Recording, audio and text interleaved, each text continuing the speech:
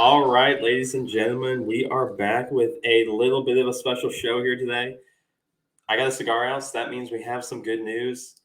And it's not cut yet because I haven't actually started smoking it since I'm indoors. And my HOA has some rules around smoking indoors in our buildings. So I will not be smoking it yet. But we do have some good news. But once again, welcome back to Seminoles Sidelines 365.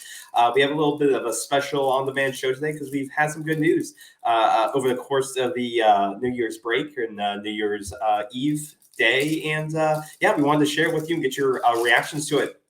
So if you haven't heard, over the course of the last couple of days, we've had a couple of recommitments to the program, some people leaving, and then also a transfer portal commitment, which is amazing to hear. So to start with the latest, as I put my cigar away, is we got the recommitment of Fabian Lovett back to the program. So this is big news on the interior line. I think for the most part, if you've been watching us for a while, you thought our opinion was that Fabian was going to stay with the program. We didn't think he was quite ready to leave in terms of go to the NFL and get a high draft choice or be a high draft pick in the NFL, which in our opinion, it was be better for him to come back, be healthy for a full season and get as much game tape and game rep as possible before he takes the next step. And he made that official. As you can see on the screen, January 1st, 10 a.m., he made it official that he is coming back for his final season with the Noles. Some people thought it was a surprise last year that he came back. Some people think it's a surprise this year that he's coming back. I think it's a good business decision for a guy like Fabian, who battled through some injuries this year, came back, from the LSU game in October against Georgia Tech, and then didn't play in the bowl game, this past week.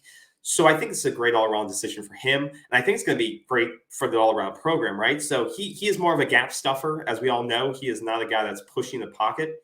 He takes on double teams pretty well. And there was some performance downturn when he was out of the games, especially the middle of the schedule when we needed him. We saw some of that missing big man in the middle that we needed in the trenches. So it'll be great to have him back, hopefully healthy next year. And then with the additions of your guinea of Daryl Jackson from Miami, as well as the addition of the kid from Western Michigan, I think this is going to be a great Braden Fisk.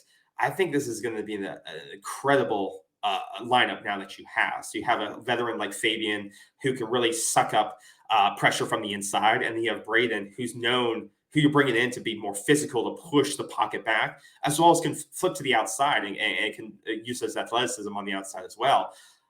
And then it's to be determined whether or not if Jared Verse is going to come back. He still hasn't made his decision yet. I do think that this is something that he's going to be really considering whether or not he's going to, if he doesn't think he's going to be a top 15, top 25 pick, I do think he comes back and puts more on tape. I think he knows that he needs to further develop himself as a player with more moves than kind of a standard bull rush or using athleticism to go around the corner. So I think that he is really deciding on, do I want to come back, develop, push for a national title or push for an ACC title with this team and develop my skills, or do I want to potentially go be a backup in the NFL for a couple of years and take that risk. So, but overall, this is a great sign that Fabian's coming back. Like I said, with Daryl Jackson from Miami to be on the inside with him, along with Braden Fisk. That is a great sign. You got some great depth there, along with the young guys that you have coming in, as well as that you have on the roster already with guys like Farmer and stuff like that. So, great news there. Don't want to dwell too much on that. We'll talk about that more in depth in the coming days. The thing that you did, the disappointing news of who's not coming back is that you're losing Jammie Robinson. I think this was more of a foregone conclusion. I know that he had teased that he had some upcoming news for us on New Year. He had a New Year's Day present for us, and that he was teasing out on Twitter all week. But then when it came time, I know I was checking at midnight to see if we were going to get surprised and that he was going to come back and make a run for the ACC title with us. But he made the right call. He made the smart call, and he's going to the NFL.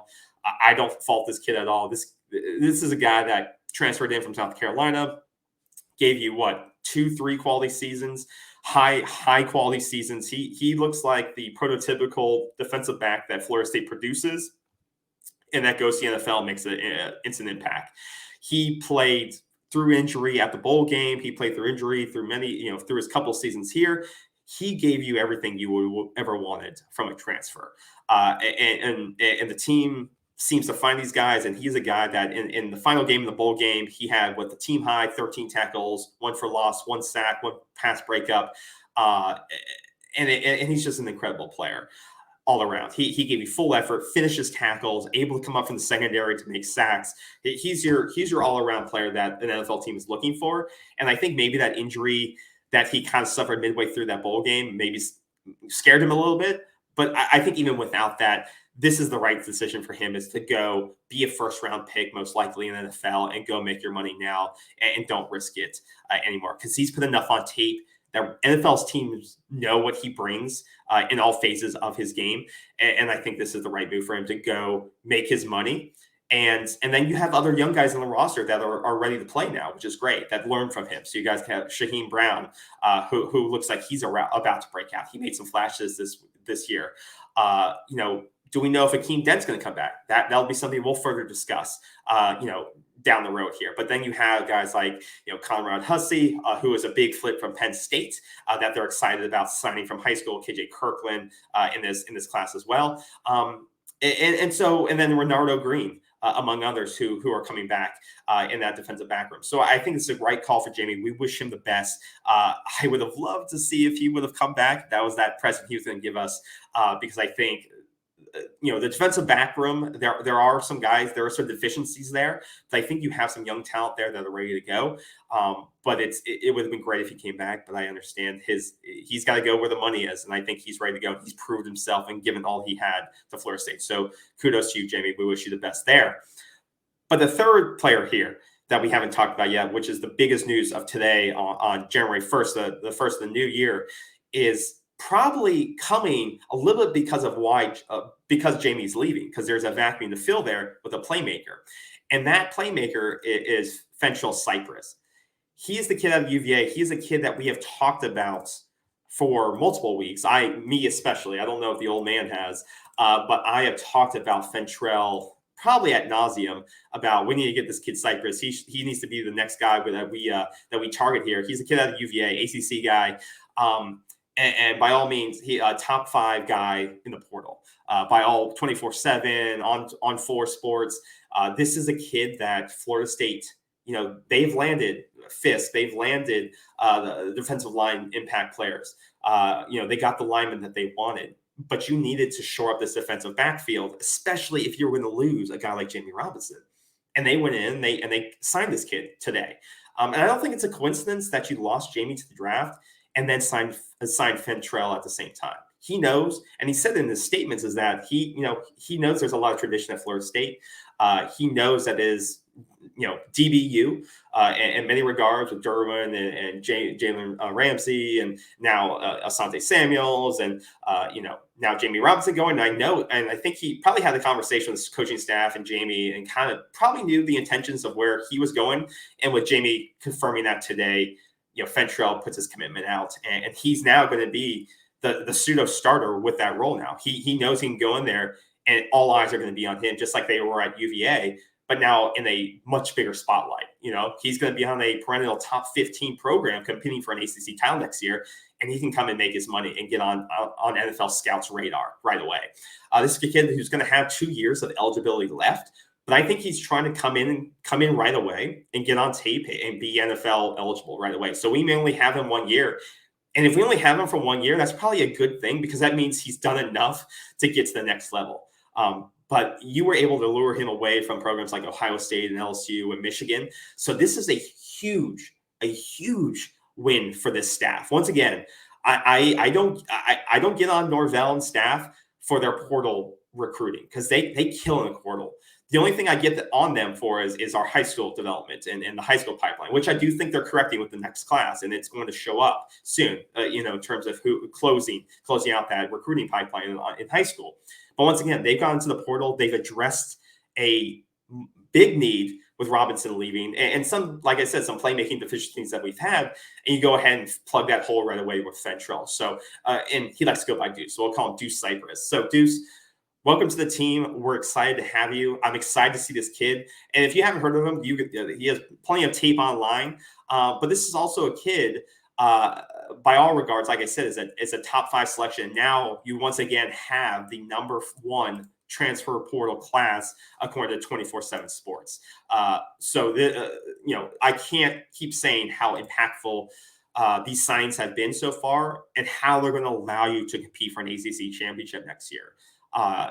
This is a kid, like I said, who has on his career, he's 6 foot, 184 pounds. So, a little smaller than you may like at that position, but 57 career tackles, half tackle for loss, half sack, 15 pass 15 pass deflections and interception in 18 career games with UVA.